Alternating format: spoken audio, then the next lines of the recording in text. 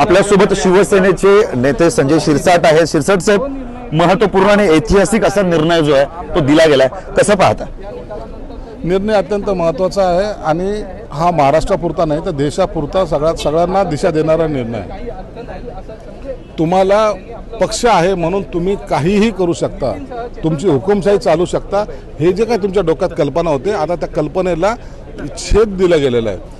लोकशाहीमध्ये सर्वांना मिळून मिसळून काम करणं किंवा सर्वांच्या मताचा आदर राखणं हे अपेक्षित आहे आणि त्यानुसार आजचा हा निर्णय झालेला आहे। मला सांगा, आपण बघितलं की 16 आमदार जे आहेत हे पात्र ठरवले, मात्र उद्धव ठाकरे यांचे सुद्धा आमदार जे आहेत ते अपात्र न करता पात्र ठरवण्यात आलेत। नेमका कशा पद्धतीचा निर्णय आहे? कारण कुठेतरी एक दिलासा दिलाय का?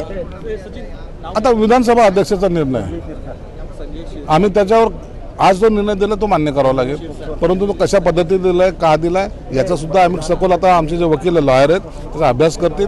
पूर्ण डिटेल जेव्हा येईल तेव्हा एकनाथ शिंदे साहेबांशी चर्चा करून त्यावर योग्य तो निर्णय आम्ही घेऊ। उद्या जर उद्धव ठाकरे आणि एकनाथ शिंदे पुन्हा जर एकत्र आले तर यावेत ना, काय हरकत आहे, पण काँग्रेस राष्ट्रवादीत न जाण्याचं ठरवून यावं। कोण नाही म्हणलं, काँग्रेस राष्ट्रवादी नको ही भूमिका पहिली होती, आजही आहे, उद्याही राहणार। बरं, आता ज्या पद्धतीनं आरोप प्रत्यारोप होत होते, खोके सरकार, आपण बघितलं घोषणाबाजी सुरू होत्या, कसं पाहताय? त्यांना टाइमपास करायचा होता, चुकले तेच आहे। लोकांना खोके सरकार माणसं कंटेनर घरी घेऊन जायचे, हे जे काही पद्धती होत्या आता ही बंद झाल्या पाहिजे।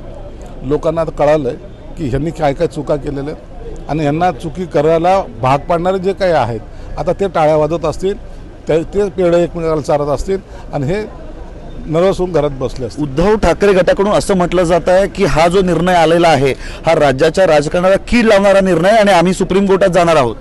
कीड लावणारा निर्णय, मग सुप्रीम कोर्टात जातील, सुप्रीम कोर्टात हरतील, मग म्हणतील सुप्रीम कोर्ट सुद्धा असंच आहे, असं नसतं चालत। कायद्याची बाजू हे तपासून बोललं पाहिजे। काही निर्णय आपल्या विरोधात आले म्हणून डायरेक्ट आपण त्यांच्यावर अटॅक करणं हे चुकीचं आहे। आता 13 आमदार पात्र केले, आम्ही काय म्हणायचं, तुम्ही नार्वेकरांना विकत घेतलं असं म्हणायचं? असं नाही म्हणतायत। तर आपल्यासोबत होते संजय शिरसाट यांनी खरं तर टाइम्स नाऊ मराठीशी बोलताना महत्त्वपूर्ण भाष्य केलेलं आहे। ज्या पद्धतीने आरोप केले गेले हे निव्वळ खरं तर ढोंगीपणाचे आरोप आहेत आणि त्यातही मात्र आम्ही कुठल्याही पद्धतीनं ज्या पद्धतीने आरोप केले गेलेले होते, खोके सरकार ज्या पद्धतीने असं म्हटलं जात होतं, मात्र आता हे आरोप कुठेतरी पुसले गेलेत असं देखील त्यांनी म्हटलेलं आहे। आणि मात्र उद्धव ठाकरे आमच्या सोबत आले तर आनंदच आहे अशी देखील प्रतिक्रिया त्यांनी टाइम्स नाऊ मराठीशी बोलताना व्यक्त केलेली आहे। Video journalist तुषारसह Harshal बदाने Patil, times now Marathi, Mumbai.